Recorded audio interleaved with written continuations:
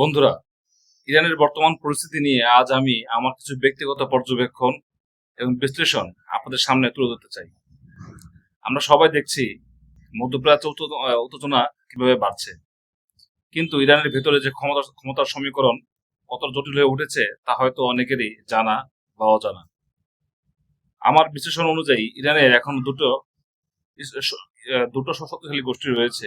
একদিকে আছে president Masoud Pezeshkian এবং অন্যদিকে আছেন পররাষ্ট্রমন্ত্রী আরাচকির মতো মানুষজন, যারা মনে করেন যুদ্ধের সমাধান টেবিল টকে বা আলোচনার মাধ্যমে সম্ভব।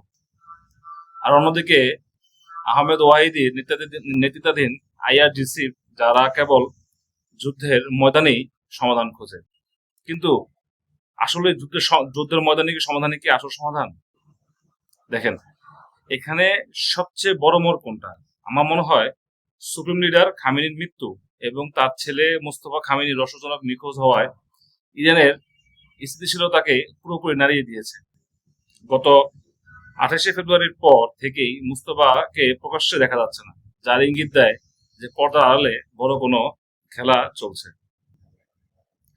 আশ্চর্যের বিষয় হলো ইরানের প্রেসিডেন্ট খোদ সুপ্রিম লিডারের সাথে দেখা করতে পারছেন না, কারণ আহমেদ ওয়াহিদি মাঝখানে দেয়াল হয়ে দাঁড়িয়েছেন। এর মানে দাঁড়াচ্ছে ইরানের সিভিলিয়ান গভর্নমেন্ট এবং কার্যত ক্ষমতাহীন, এবং দেশটা আসলে আইআরজিসি চালাচ্ছে।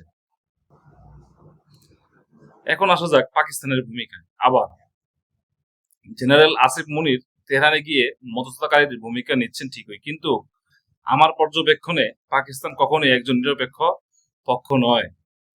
তারা আসলে আমেরিকার দেওয়া সত্যগুলোর ইরানের উপর চাপিয়ে দেওয়ার চেষ্টা করছে।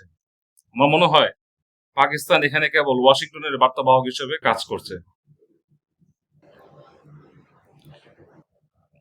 পরিশেষে আমার একটা আশঙ্কার কথা বলে রাখি।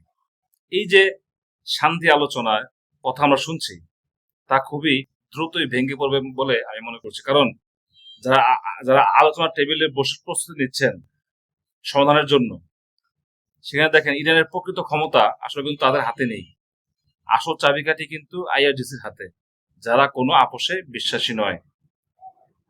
ইরান এখন এক গভীর ফাটলের মুখে দাঁড়িয়ে আছে। আর এই ফাটল কেবল দেশটির অভ্যন্তরীণ বিষয় নয়, বরং পুরো রাজনীতির মোড় ঘুরিয়ে দিতে পারে।